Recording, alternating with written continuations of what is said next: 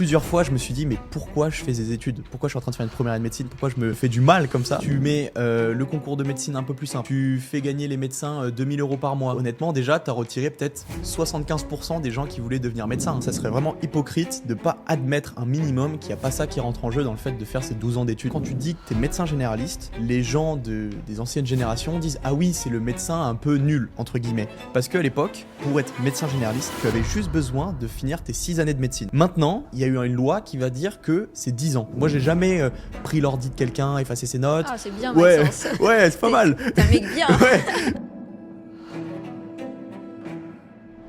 Bonjour à tous, podcast absolument pas prévu. Ouais. On avait des vidéos à faire pour la prépa privée, on a fini en avance, donc on a décidé de vous faire un podcast chill, vous parler de la première année de médecine et même de la médecine en général, Ouais, c'est ça. dans un autre angle. Exactement, un angle angle qu'on parle pas. dark. Ouais, exactement, Dark l'angle qu'on side. parle pas. Un peu les tréfonds un peu des études de médecine, de pourquoi ça se passe comme ça et tout ce que j'aurais aimé savoir en final avant de rentrer en médecine, et même ceux qui sont déjà en deuxième année, peut-être qu'ils pourront prendre quelques petits trucs, quoi. Totalement, donc tout bénef, pas prévu. Ouais, exactement. Si vous avez des questions, mettez-les en commentaire, on essaiera de répondre à tout le monde. Ouais. Et j'ai une première question sur toi, Mhm. Maxence. Qu'est-ce que tu as jamais dit sur les réseaux sur toi? Sur les études de médecine, ce que je fais, enfin, ouais. Sur toi en général, parce que tu donnes plein de conseils qui ont aidé des milliers d'étudiants Mhm. depuis plusieurs années maintenant. Est-ce que tu as quand même dit beaucoup de choses sur les réseaux sociaux? Est-ce qu'il y a des choses que tu n'as jamais dit sur toi? Il y a quand même par exemple, pendant ma première année de médecine, j'ai essayé de paraître, par exemple, le plus joyeux possible. Je dansais sur les réseaux, Ouais. etc. Ça représentait peut-être 1% de ma journée, une fois tous les 2 jours. Alors que quand même, la plupart du temps, c'était quand même, ma routine était assez monotone, triste. Mais je pense qu'il me fallait, moi, cette petite dose de donner de la bonne humeur. Mais par contre, je revenais tout de suite après à l'état où je suis en première année de médecine, c'est pas fun. Même si j'essaie, à travers mes vidéos, de rendre que la première année de médecine, c'est cool. Moi à côté, il y a des fois où je lâchais ma petite larme sur les cours parce que je comprenais pas ou que j'étais démotivé, et plusieurs fois je me suis dit, mais pourquoi je fais des études, pourquoi je suis en train de faire une première année de médecine, pourquoi je me fais du mal comme ça. Et je me suis remis en question plusieurs fois pendant la première année de médecine sur est-ce que je veux vraiment continuer. Et même pendant la deuxième année, je me suis dit, ok, maintenant que j'ai réussi la première année de médecine, est-ce que le moteur qui me faisait travailler, c'était pas juste de réussir cette première année et de voir si j'en étais capable. Donc beaucoup de fois, je me suis remis en question. Je pense que beaucoup d'étudiants vont se reconnaître dans ce que je dis. C'est cette remise en question de est-ce que c'est vraiment les études de médecine qui me motivent, ou c'est plutôt le fait de savoir si tu es capable de réussir ce concours et d'être meilleur, entre guillemets. C'est un peu triste à dire, mais de se comparer aux autres pour savoir si tu as plus de capacité. Et ça, c'est quelque chose que je m'étais déjà dit, ouais, possiblement, est-ce que j'arrête les études de médecine, quoi? Est-ce que c'est fait pour moi? Tu penses que ceux qui ont la compétition en eux, c'est une bonne chose pour réussir en médecine? Est-ce que toi, tu es compétitif Ouais, depuis tout Ok. petit, je fais des compétitions dans mes sports, que ça soit même sur les jeux vidéo. Non mais vraiment, j'ai toujours trouvé un but. Tu fais médecine juste pour... Non, pas du tout. Mais c'est vrai que moi, c'est une question que je me posais, c'est est-ce que si les études de médecine avaient une voie d'accès plus facile, est-ce que j'aurais fait des études de médecine? Je sais pas. Mais ça, je comprends totalement. Il y a quand même ce petit prestige de dire que tu as réussi ta première année de médecine, et au final, c'était un petit peu gratifiant en fait quand tu te présentes aux gens. Donc je sais pas, ouais, c'est quelque chose que je m'étais déjà posé la question. Si les études de médecine étaient plus simples, est-ce que je m'y serais directement tourné? Après, pour en avoir fréquenté quand même beaucoup des étudiants en médecine, j'ai vraiment l'impression qu'il y a deux types. Ceux qui sont quand même très compétitifs et d'autres qui ne le sont pas du tout. Et les deux peuvent réussir. Ouais, c'est sûr. Je pense que quand tu es compétitif, tu te mets vraiment une grosse pression. Et imaginons que tu n'arrives pas à adopter le deuxième mode que tu m'as dit, juste être un petit peu chill, etc. Les gens qui se mettent trop de pression, trop de stress, qui essaient de tout contrôler à la minute près, en fait, ça va pas marcher parce qu'ils n'arrivent pas à avoir un petit peu de recul sur la situation. Ils n'arrivent pas à se dire que, ok, certes, ils n'ont pas respecté leur planning, mais par contre, ils ont quand même fait une bonne journée, c'est quand même bien. Eux, ils seront dans le mindset de non, j'ai pas fait assez, non, j'ai pas assez travaillé, donc je vais louper ma première année de médecine. Et au final, ça porte à défaut parce que ils se mettent toujours une pression de malade et ils vont trop stresser au concours. J'avais des amis comme ça, ils étaient à fond. Mais le jour du concours, ils se sont foirés parce que ils avaient pas certes, ils avaient le bon état d'esprit en tant que compétiteurs, mais une fois devant la copie, ils n'y arrivaient pas. Ils perdaient leurs moyens parce que en fait, ils se sont tellement mis une pression toute l'année qu'une fois devant le jour, ils se disent ok, là, j'ai 1 heure pour jouer toute ma vie. Ils se ramassent. Et être trop chill aussi, c'est par exemple, si je scroll 1 heure sur TikTok en plus, c'est pas grave. Et au final, ça va avoir des grosses répercussions. 1 heure plus 1 heure plus 1 heure. Donc en fait, il faut trouver quand même un entre-deux, je pense. Et c'est vrai que c'est super intéressant ce que tu dis, en mode, bah oui, si tu veux faire médecine, c'est pour être médecin, c'est pour aider les personnes, c'est pour les guérir, c'est pour leur santé, etc. Mais il y a aussi toujours un côté un peu... ben, il y a toujours un but égoïste et Bah, bien altruiste. sûr, bien Et sûr. du coup, bah, je pense que il y a beaucoup de personnes qui sont un petit peu hypocrites, ou peut-être pas hypocrites avec eux-mêmes, mais ils veulent pas le dire parce que ça peut être mal vu. Ouais, De exactement. dire je vais être docteur, bah, parce que quand même le C'est titre, ou gratifiant, même bien le sûr. salaire, etc., Mais le honnêtement, poste. ça serait... Là, pour le coup, je peux le dire, ça serait vraiment hypocrite de pas admettre un minimum qu'il n'y a pas ça qui rentre en jeu dans le fait de faire ces 12 ans d'études, ces 10-12 ans d'études. Forcément, tu mets le concours de médecine un peu plus simple. Tu fais gagner les médecins 2000 euros par mois. Honnêtement, déjà, tu as retiré peut-être 75% des gens qui voulaient devenir médecins. Donc, ça serait hypocrite de dire que non, c'est pas ça quand même qui motive. Bien sûr, tu as envie d'aider les autres, le métier en soi, il est super bien, tu fais plein de différentes tâches dans la journée, c'est jamais la même journée, etc. Mais ce qui est quand même pas mal, c'est quand tu te lèves le matin et tu te dis, ok, là je vais aider des personnes et ils vont me dire merci parce que grâce à mes connaissances, je les ai soignées. Et au final, c'est gratifiant. Enfin, c'est ça qui est un petit peu addictif, c'est que de soigner de plus en plus de patients avec tes connaissances à toi que tu as forgées pendant plusieurs années, quoi. Ce serait bien qu'on parle un petit peu d'argent en médecine. Ouais, Parce vas-y. que du coup, en off, il y a 2-3 semaines, ben, on avait parlé, tu disais que ben, toi, tu n'étais pas originaire d'un milieu aisé. Non. Et du coup, ben, quand tu es arrivé dans ta fac de médecine, tu as vu qu'il y en a, ils étaient enfants de médecins. Et tu m'as dit, bah, certains gagnent 10 000, enfin leurs parents, mais il y en a certains, des médecins qui gagnent 50 000. Et ça m'avait un petit peu impressionné en mode, ah ouais, 50 000 euros en étant médecin, est-ce que tu peux expliquer un petit peu? Ouais, en fait, déjà, ce qu'il faut savoir, c'est que quand tu deviens médecin, soit tu choisis de travailler dans l'hôpital public, soit tu choisis de travailler dans l'hôpital privé.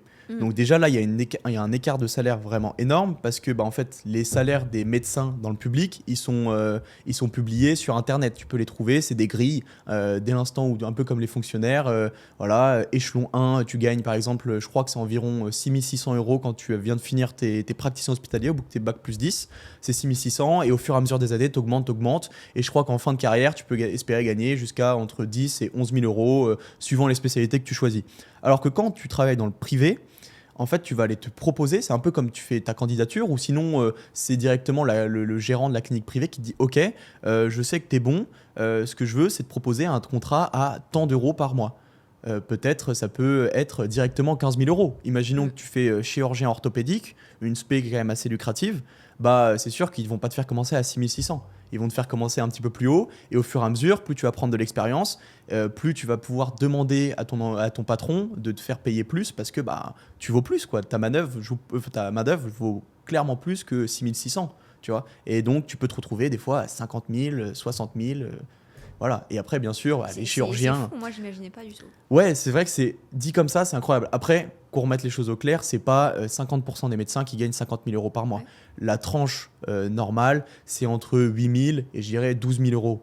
Mais Ce qui est déjà énorme. En étant tout de suite diplômé ou il faut Non, attendre, quand tu es tout de suite diplômé, c'est quand même rare de toucher directement 10 000 euros par mois.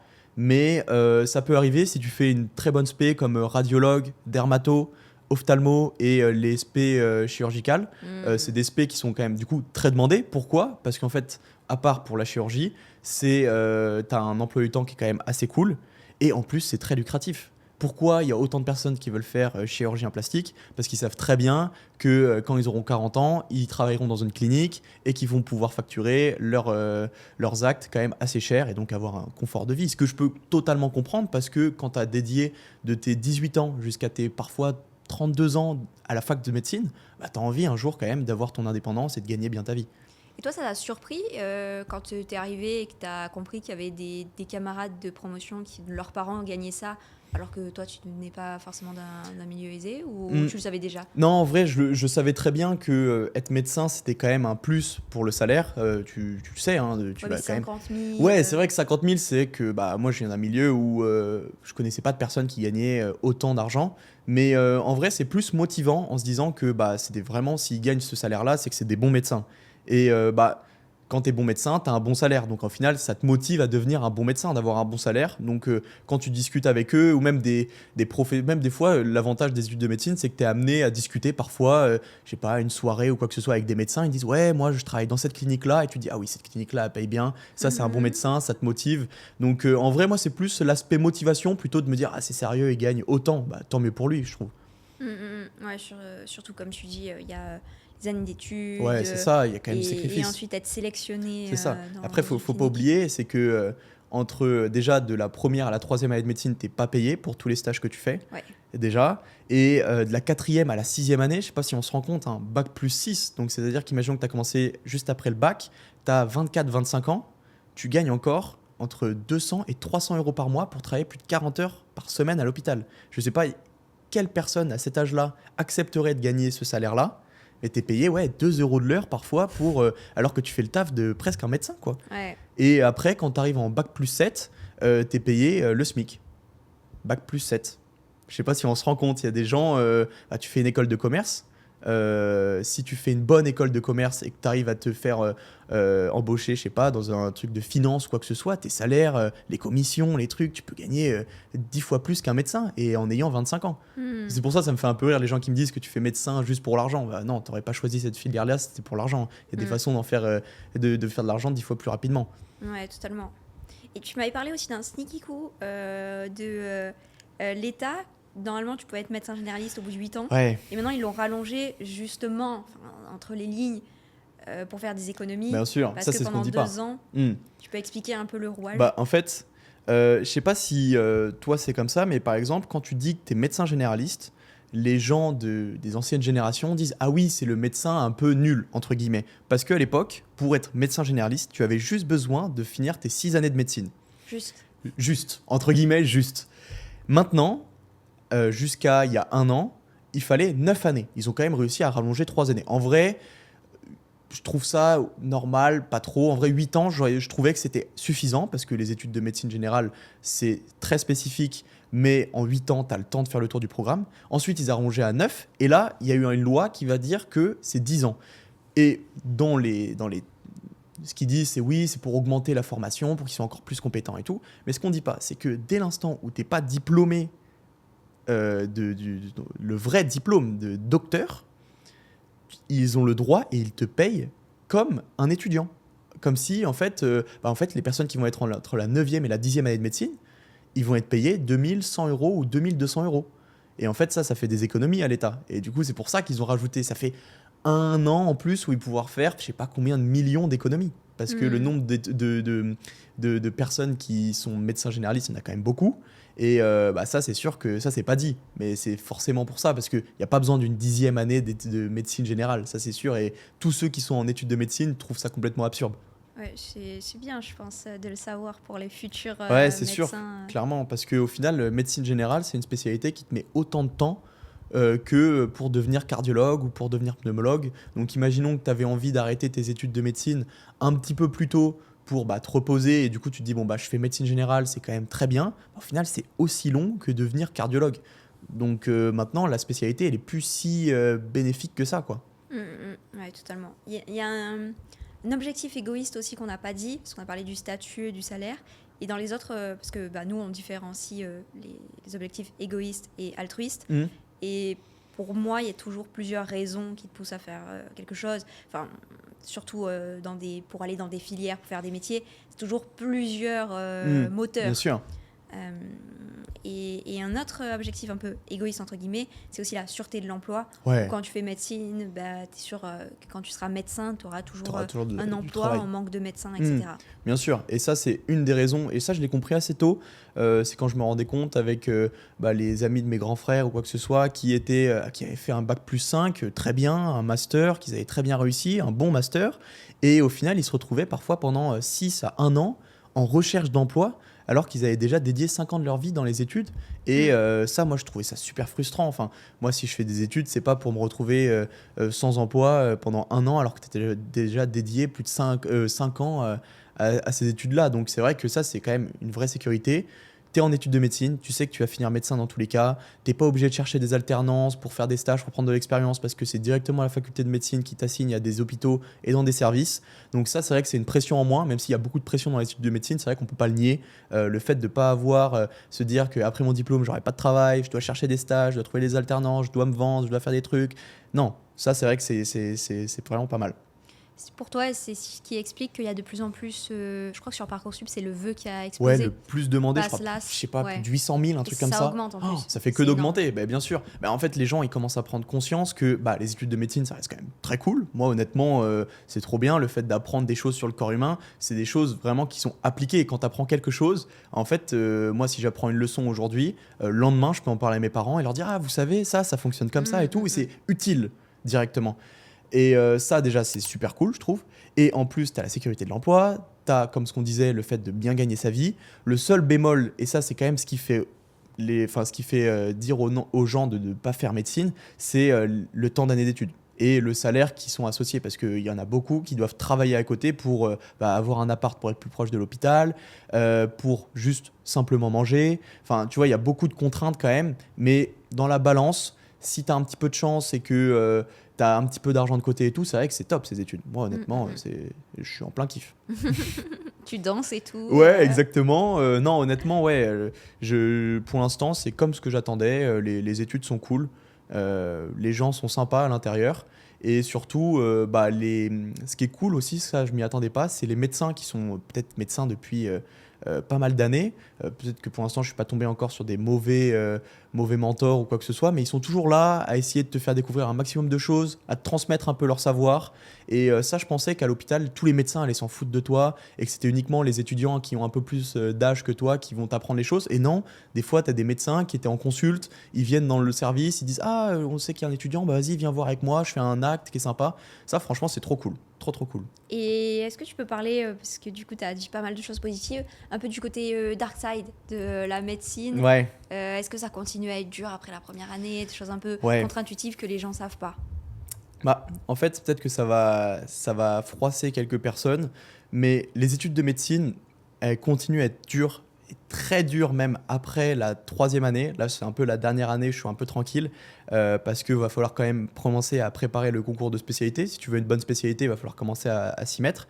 Et c'est très dur. La 2e et la 3e année est presque aussi dur que la première année de médecine en termes de charge de travail, en termes de quantité, en termes de difficulté des cours. C'est plus dur que la première année de médecine.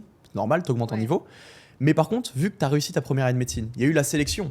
C'est-à-dire que tu faisais partie des meilleurs. Donc si tu fais partie des meilleurs, tu es censé être apte à avoir cette augmentation de difficulté et avoir exactement la même charge de travail et pourtant réussir à travailler moins. Parce que tu n'es pas obligé de valider avec 18. Donc si tu n'es pas obligé de valider avec 18, si tu valides avec 12, c'est pas exactement la même charge de travail que tu dois fournir. Tu n'es pas obligé d'être à la bibliothèque de 6h jusqu'à 23h pour avoir un 12/20. Mais par contre, tu mets des personnes lambda qui n'arrivent pas forcément à apprendre leur cours et tout, oui, ils vont te dire, mais comment tu fais? Alors qu'en 2e et 3e année de médecine, on est réputé pour faire beaucoup la fête à côté, de ne pas être souvent à la bibliothèque. Et c'est tout simplement parce que les étudiants sont bons. Donc oui, les études sont dures, mais par contre, là, à partir de la 4e année de médecine, moi, je vois les gens qui sont un peu plus vieux, là, ça commence à se corser, tu as souvent des stages, tu commences à apprendre les référentiels de vrais médecins, quoi, avec des choses vraiment concrètes à l'intérieur, on ne simplifie rien. Donc voilà, et surtout, ce qui est dur à admettre, c'est, vu que le concours de 6e année de médecine, pour la spécialité, pour choisir la spécialité, il a été décalé. Avant, il était au mois de juin, à la fin de la 6e année de médecine, et là, maintenant, ils l'ont mis au mois de début octobre. Donc, ça veut dire que tu valides ta 5e année de médecine, et directement, tu dois travailler ton concours de 6e année pendant toutes les vacances. Donc là, je sais que, entre guillemets, c'était mon avant-dernier, mes dernières vacances d'été avant de m'enfermer tout un été encore pour réviser des cours de médecine. C'est vrai que ça, c'est des gens, ils ne le pensent pas. Mais ouais, à partir de la 4e année, tu es salarié à l'hôpital. Donc ça veut dire que tu dois poser tes jours comme un grand alors que tu as parfois 22 ou 23 ans. Donc par exemple sur un stage, tu as le droit de poser qu'une semaine ou poser des jours. Si t'es pas là, c'est très grave parce que en fait, tu as une vraie place dans l'hôpital.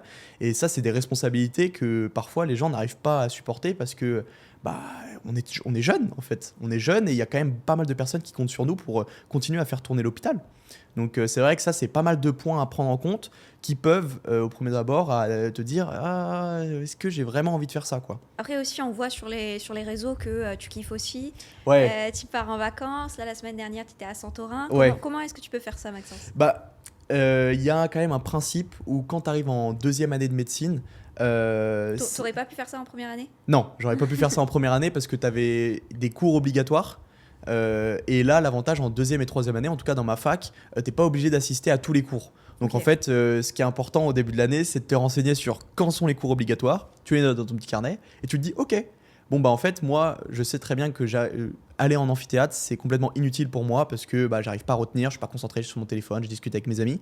Là où je suis vraiment concentré, ouais, exactement. Mais au final, là où je suis vraiment concentré, c'est le fait d'aller à la bibliothèque, toujours un peu aux mêmes horaires, un peu comme la première année de médecine, travailler aux mêmes horaires, s'arrêter, manger au même. Le fait d'avoir une routine, c'est ça qui va te permettre d'être régulier, d'apprendre tes cours correctement. Et du coup, moi, je vais à la bibliothèque, je vais pas en cours. Donc si au final pendant 4 jours j'ai pas envie de travailler, bah, c'est mes responsabilités. Il y aura personne qui va me dire mec t'as pas travaillé pendant 3-4 jours, qu'est-ce que tu fais? Donc des fois je me dis bon bah ok, si je travaille pas à la bibliothèque et je travaille chez moi, bah tout va bien tant que j'ai fait mes heures de travail. Donc ça me permet au final de me dire ok, si je suis en vacances et que je travaille 2 heures le matin, tous les matins pendant 5 jours, bah, j'ai quand même travaillé. Donc c'est ça qui me permet de partir en vacances, de pouvoir aller faire des week-ends, voir mes potes et quand même avoir une vie assez cool, ouais. Donc ça c'est pas mal et ça c'est un système qui s'appelle la Ronéo, je sais pas si les étudiants y connaissent, c'est une association d'étudiants à partir de la deuxième année où en fait tu t'inscris pour 5 euros, c'est vraiment symbolique, hein, où du coup on te met par groupe et le but c'est que par exemple si tu as 250 étudiants, c'est de faire des groupes de 3 et de se dire ok bon le premier groupe de 3 va aller au premier cours de la journée, le deuxième groupe de 3 va aller au deuxième cours de la journée et ça sur toute la semaine et au final tu te retrouves à aller à la bibliothèque à la bibliothèque, aller en cours peut-être que 2 ou 3 fois dans le semestre si tu vas pas. Parce que toi tu préfères bosser à la bibliothèque. Ah ouais, bosser à la bibliothèque ou chez moi. Parce que je sais pas, être en cours, j'ai déjà expérimenté ça au lycée, c'est être devant un prof qui parle et toi t'es possiblement fatigué, peut-être un petit peu malade, t'es en train de digérer donc t'es pas 100% attentif. Bah en fait moi j'arrivais pas à retenir au lycée, j'étais pas quelqu'un qui retenait beaucoup en écoutant le prof. J'ai pas une mémoire auditive, j'ai plus une mémoire où justement il faut que j'ai mes petites techniques, tu vois, comme ce que je donne sur les réseaux, j'utilise des flashcards, la méthode de la feuille blanche, des trucs, des machins, tu vois, j'ai besoin de tout ça pour apprendre un cours. Donc aller en cours c'est vraiment inutile. Et est-ce que ta fac est bien organisée, ça va? Ma fac, est-ce qu'elle est bien organisée? Ce serait drôle qu'il y ait quelqu'un qui regarde de la fac, mais en vrai, c'est quand même compliqué, hein. C'est quand même compliqué. Je pense que c'est toutes les facs ou pas? Ouais, je pense que c'est toutes les facs. En fait, je pense qu'il n'y a pas assez de moyens. Déjà, la France ne donne pas assez de moyens aux facultés, que ça soit dans les infrastructures, que ça soit dans le personnel. Vu qu'il manque des gens, par exemple au secrétariat, des fois ils nous disaient ouais, les notes de partiel elles vont sortir ce jour-là. Elles sont sorties 3 semaines après. Donc au final, tu te retrouves au rattrapage d'une matière. Le rattrapage est dans une semaine, alors qu'ils auraient dû te l'annoncer 3 semaines avant. Tu aurais pu avoir 1 mois pour te préparer. Non, t'as qu'une semaine. Ou je sais pas, tu dois te faire ton inscription, tu as besoin de ton certificat de scolarité pour avoir ton pass Navigo par exemple. Bah non, ils te mettent 1 mois pour te l'envoyer. Donc tu payes 5 euros tous les jours pour aller à la fac. Tu vois, il y a plein de petits trucs comme ça qui font que c'est mal organisé. Et malheureusement, en vrai, nous, en tant qu'étudiants, on peut rien faire à part juste accepter notre sort et continuer à aller à l'université parce que on manque beaucoup de moyens, je pense, dans les universités et ça, tout le monde le sait. Tu peux dire à quelle fac t'es si tu Ouais, conseilles? moi je suis à la faculté de Paris-Saclay là actuellement. Ce qui est cool et ce qui est quand même assez bizarre, c'est que pourtant cette faculté, elle est quand même dans le top des facultés dans le monde. Elle a été mise, je crois, 8e dans le classement Shanghai ou 13e, C'est pas ce qui est mal. déjà énorme, Ce je pense. classement Shanghai, c'est mondial, hein, pour Ouais, tous ceux qui savent pas. le classement de Shanghai, c'est mondial. Et, Genre, premier, c'est Harvard. tu ouais, vois. c'est ça, exactement. Bon, après, bien sûr, je sais, c'est pas la faculté de médecine de Paris-Saclay qui fait monter top 8. Forcément, il y a l'ENS, il y a Centrale qui est à l'intérieur qui font aussi bien augmenter. Mais ça prouve que la faculté de médecine est quand même dans la meilleure université de France actuellement sur le classement Shanghai. Donc, L'ENS, je suis pas sûre qu'il le fasse monter. ah. Mais voilà, en tout cas, quand je passe devant le l'ENS, je me dis, ces étudiants ils sont payés pour venir en cours, c'est pas mal. Ouais, en fait, mais tu sais qu'il y a une grosse inégalité en ENS. En gros, il y Ah en a ouais qui sont payés genre pas mal, tu vois, plus de 2000, et il y Ah en a ouais. qui sont pas du tout payés. C'est suivant ton admission, comment t'as été admis, je crois, non? Même Non. pas, c'est une règle. J'écrirai peut-être. Ok. On fera un fast-checking. Ouais. Pas dire n'importe quoi Ok. et tout, mais je sais que c'est un gros sujet de débat. À la Ah ouais, FS. je sais. Je Mais il y crois. en a qui sont très bien payés, ouais. Ouais, mais j'ai vu aussi Polytechnique, je sais plus si ça fait partie de Paris-Saclay. X. Je sais plus. Mais en tout cas, c'est pas très loin de ma faculté, donc je crois que c'est fait partie. Et eux, pareil, je crois qu'ils sont payés pour venir. En même temps, X, y a pas.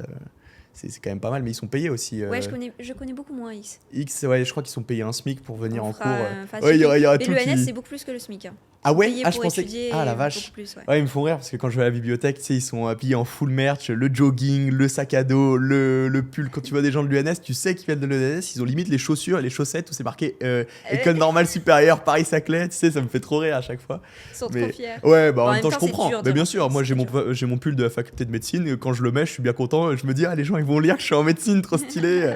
Mais ouais, là, actuellement, Paris-Saclay, c'est une bonne faculté. Mais c'est vrai que, bah, comme dans toute faculté, il y a des petits défauts et bah, c'est comme ça. Et en vrai, c'est pas de la faute du doyen de l'université, c'est de la faute de, bah, il n'y a pas assez de moyens pour pouvoir augmenter l'université, quoi. Donc tu la conseilles quand même. Ouais, bien sûr. Honnêtement, c'est une bonne faculté pour les études de médecine, pour ceux qui sont encore en terminale.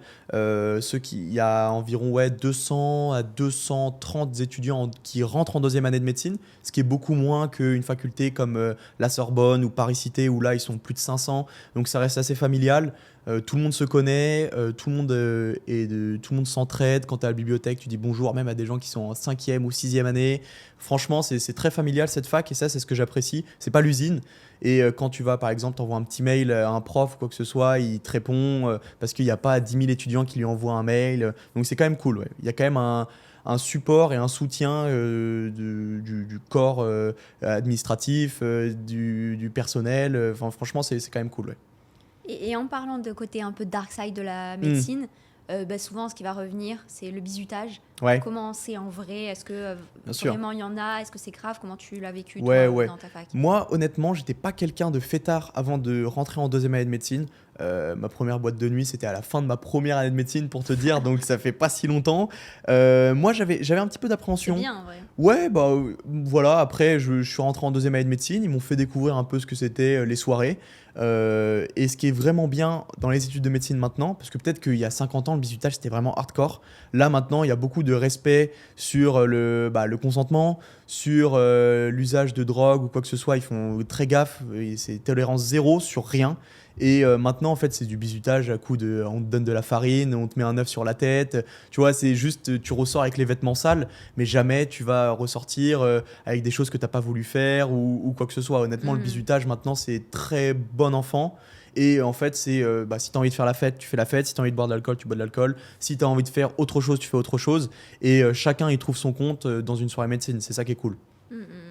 Ouais, donc, en fait, les dérives, comme on entend parler dans les médias, c'est hyper rare et dans toutes les universités. Bien sûr, exactement. Mais après, je te dirais. Pas hyper rare, je veux Non, pas, mais il y a forcément des dérives parce qu'il y a toujours des groupes d'étudiants là. il y a toujours des cons. Ouais, Voilà, bien sûr. exactement. J'ai vu dans la faculté de Toulouse, là, il y en a, ils avaient laissé des étudiants en médecine de deuxième année dans la forêt tout seuls, un peu sous l'emprise de l'alcool. Ils se sont trouvés en hypothermie. Alors, en fait, ce type de bizutage, il n'est pas censé être organisé comme ça. Tu réfléchis un peu 2 secondes. Si tu es alcoolisé, tu es dans le froid, ils sont pieds nus, bah forcément, ils vont tomber en hypothermie. C'est juste que les personnes qui ont organisé ça, ils étaient bêtes. Mais il y a différents moyens de faire intégrer des personnes. Il y a des week-ends d'intégration dans toutes les écoles un peu prestigieuses, etc., même dans des écoles moins prestigieuses, et ça se passe très bien. C'est pas parce qu'on est en médecine que forcément ça doit être à la dérive totale. Honnêtement, ça se passe toujours très bien, et moi, c'est toujours très bien passé. Et est-ce que c'est comme on l'imagine, vraiment les coups de poignard dans le dos, les gens qui veulent prendre ton ordinateur pour effacer tes cours? Pendant la première année? Ouais. Mais Ouais. Ok, Pro- ça oui. Première année de médecine, t'as quand même un peu... En fait, je sais pas si c'est dans l'inconscient collectif de... En fait, tu dois faire confiance à personne parce qu'au final, tout le monde est un peu ton concurrent. Mais moi, je sais que, par exemple, j'avais toujours un petit peu de mal à me lier d'amitié avec des personnes au milieu de l'année parce que je me disais que si on n'avait pas été potes avant, c'est qu'il y a des raisons, tu vois. Peut-être parce que bah, ça a pas matché sur un truc et que je m'en souviens plus et tout. Donc je sais que moi en première année de médecine, j'avais mes 2 potes que je m'étais fait dès le mois de septembre. On s'était dit ok, tous les 3 on reste ensemble, on s'aide.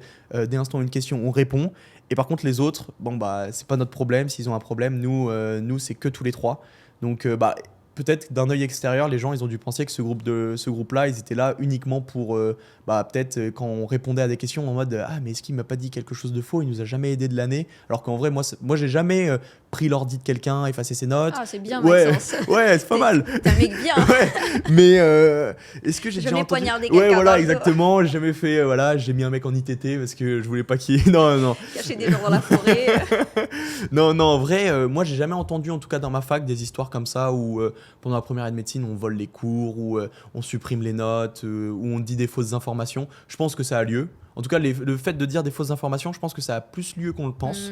De se dire, par exemple, on pose une question en chimie, ouais, c'est ça, c'est parce que tu fais comme ça, alors que pas du tout. Le mec, il se vautre en fait au concours blanc une semaine après, il se dit, ah, finesse, il m'a pas donné la bonne réponse. Et au final, tu dis, ah, bah, c'est parce que je l'avais compris comme ça, tu vois. Je sais pas comment ils font les gens, tu vois, parce que je me dis, mais il faut réfléchir et tout pour sortir une connerie, tu vois. Bah, en vrai, sortir une connerie en médecine, c'est facile. Tu dis que tu utilises pas la même formule ou tu fais pas la bonne simplification, Ok. et au final, bah, ah mince, le résultat il est faux, je comprends pas pourquoi. Ah oui, c'est parce que t'as pas utilisé les bonnes techniques, quoi. Faut être tordu quand même. Ah, il faut être un peu tordu quand même. Parce que, à la limite, tu sais, tu peux ne pas répondre à la personne, genre de pas lui dire si tu veux vraiment la jouer concurrence. Mais genre le fait de dire, tiens, j'allais dire une connerie et tout. Non, mais c'est sûr. Mais après, il faut quand même qu'on se remette. Ça reste un concours Ouais. qui va déterminer si oui ou non tu vas être médecin dans 10 ans. Tu vois, et comme ce qu'on a dit il y a peut-être 20 minutes, le fait d'être médecin, ça te permet quand même d'être vraiment bien dans la vie. Ça peut déterminer si oui ou non tu vas avoir une vie tranquille, stable, sans problème d'emploi, avec de l'argent. Donc c'est sûr que ça met une pression, parce qu'il y a des gens, pour de l'argent et pour avoir une situation stable, ils seraient capables de faire beaucoup de choses. Des gens qui ont peut-être 40 ans, 50 ans et qui se sont fait virer parce que leur poste était un petit peu bancal ou leur formation s'est fait remplacer par d'autres personnes. Donc en vrai, je peux comprendre moi que ça soit aussi tendu la première année de médecine, parce que bah après t'es quand même assez tranquille, quoi.